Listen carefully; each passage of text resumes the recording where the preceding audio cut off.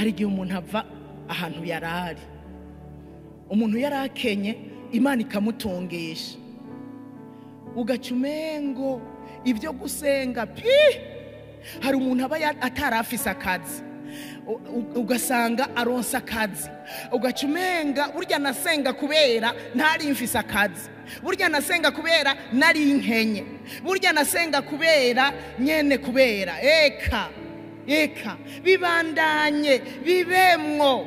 Cyambere nasavye Imana muri cyagihe muri ya myaka y'ibihumbi 2003, Imana maze kubona yuko igomba intera iteka, ubwa mbere narasenga kubera nari jenyene, maze kubona ko umugabo agiye gutahuka tugiye kugumana, ikintu cyambere nasavye Imana, navuze nti Imana uramfasha hamwe n'ukwaje nazoza ari umugabo atuma ntosenga, kuko hariho umuntu umubana akakuburabuza gusenga. Ndasavye sinzohebe gusenga, nazobumbuza gusenga, ndakwinginze ahubwo nzoce ngwiza gusenga gusumba uko nahora, ndabikwinginze ubifashe ubishoboze. Umunsi wa mbere tubonana namubwiye ibintu bibiri, ndakwinginze ikintu cyose uzompa, amafaranga uzompa uzumenye yuko nzokoresha yo nakwiye ko ikigira 10. Ikigira kabiri, ndakwinginze ntuzumbuze gusenga.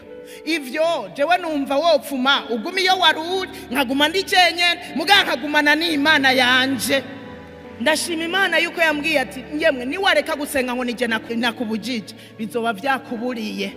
Rero Imana ishimwe ko atambujije gusenga, ahubwo yabinsunikiyemwo cyane, yaranezerwa nuko nsenga Imana, mbere akabinyubahira akanabinkundira, akanezerwa nuko nsenga Imana. Ivyo rero bigaca bituma nanje ngira umwete wo gusenga. Yesu ashimwe.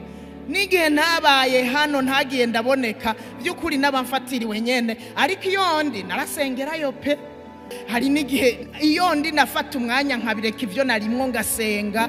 Nukuri n'igihe nari mu ishure hariya kuri Hope ndiko ndiga ivyigwa ndoramana, kiriya gihe vraiment narumva ko mfatiriwe kuvangwa vya bindi kogwa vyose, nkaca nshirako kuja kwishure ku mugoroba niriwe muri ibi na biriya. Hari gihe naba niriwe ruguru, hari gihe naba niriwe ndakora ibi, ariko ku mugoroba nkaca nja kwishure. Narabona ko mfatiriwe, ariko naravuga ngo aya mashure nofuma ndayareka, ahuko no kwiga bikambuza gusenga. Imana ishimwe ko nariko ndiga ivyigwa ndoramana, no kubitangura twatangura dusenze. Hanyuma nivyo vyigwa mbere tugeze hagati hari gihe vyaryoha, tukaja mu mpwemu ugasanga turiko turasenga, ugasanga n'icigwa cyahagaze. Rero ivyo ndabishima Imana ko navyo nyene bitambujije gusenga.